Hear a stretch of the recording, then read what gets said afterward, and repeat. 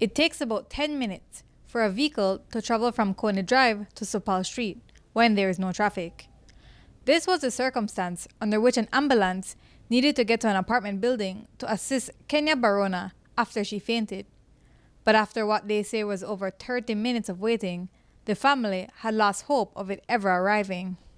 Her common-law husband, who was by her side through the entire ordeal, said that they had to resort to getting police officers from a nearby checkpoint. But by then, it would have been too late. And all that space of time now we there, she talk to me about you want to go lay down, you want to go lay down, I think, but then I want to make you go lay down, I want to make you reach hospital, but then after that then I look, but if you say half an hour, yeah, because then all the while we talk good. Then people not show up, so I say, well, I could try and maneuver and carry her in a hospital, and so we carry her. And the police, they come assist we. In them space of time, we still wait for ambulance, no ambulance not show up. What he didn't know was that Barona's friend, who had called 911 twice when the ambulance did not arrive quickly, had later been asked by Bert if they would be able to pay the fee before even dispatching the ambulance. He said, I need to find out some questions before I reach. I said, how the fuck do I need to find out some questions? He said, I need to know what's wrong with her and whatever. I said, Mr. The young lady is obese and have a lot of problems wrong with her. I said, I need to call now. And he said, I hope you know that there is a caution fee for you have to pay, that you should be no $20. I said, $20. So I said, wait. I said, you not reach yet. He said, no. He said, you have to know that you have to pay $20 before we call. What the fuck is wrong with the people laying at this place? I saw the emergency, I call fire attack, but after I hang up, then he said he will call now. So he made a Bert the wait for the fucking $20 to reach fucking Nefico. You know why that $20 cost my friend a fucking life. And today, Barona's family was still in dismay over the lack of urgency shown by Bert. Her aunt, Josephine Flowers, explained that she could not leave her house in the Pickstock area because of curfew, but was constantly checking up on Barona via phone. She told us that the Bert dispatcher had asked Barona's friend if she suffered from COVID, a question they would have no way of answering. Flowers also explained the way she felt when she realized that Bert was asking for payment before even rendering assistance. When I heard that, I was so angry. They said, but then they're on their way.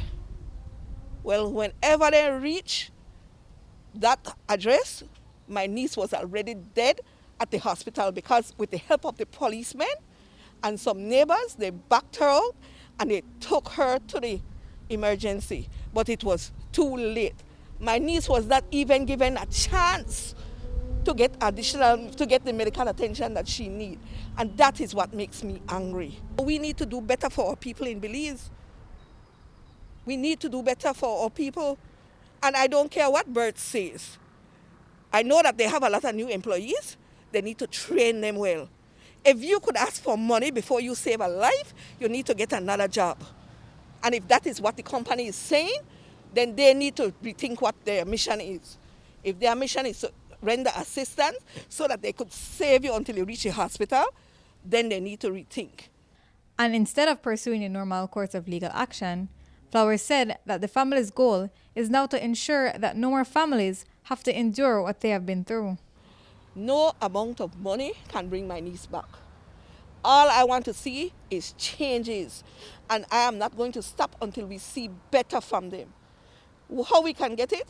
We could do something as a community, because all the people who have listed their discontent and their hurt from what Bert has done to them, it's too numerous. And one person's life loss is too much. One life loss is too much. This hurt, and also it makes me want to do something to make sure that there's a change. My niece will not die in vain. So I say, and I put up everything, and I say justice here. And we'll start with Bert. I'll start there. So the family is planning to take legal action? It doesn't have to be legal in the sense that we go to a court. But, well, what we were thinking about is several things that could happen. Some people want us to sue. What for? We don't know. And then so as a family, we discussed that maybe we could give a donation to them so that the other people who are in less who are less fortunate than us would not go through the same thing. Baruna's mother did not say much, but she added that $20 would have been nothing to pay if it had saved her daughter's life. And in fact, she would have paid tenfold if necessary. I was building a house for her, so $20 wouldn't have been any problem. And I gave them the permission to call the ambulance. So I would have paid that more and more, because her house was nearly finished. And I told her, nobody will leave you outdoor, you will get something over your head. So what about $20? I would have paid $20 and more for my daughter. Burt denied an interview, but issued a press release which explained that their standard operating procedure during a pandemic is to screen all calls before dispatching the ambulance. The dispatcher is tasked with contacting the caller to find out details about the situation to prepare the EMTs, as well as to give over-the-phone instructions to assist the person in crisis as the ambulance makes its way to the location. The release also says that they have responded to all emergency calls despite a person's ability to afford the service, and that it is also part of their standard procedure that all callers be advised of the service fee at the end of the call. Courtney Menzies, 7 News.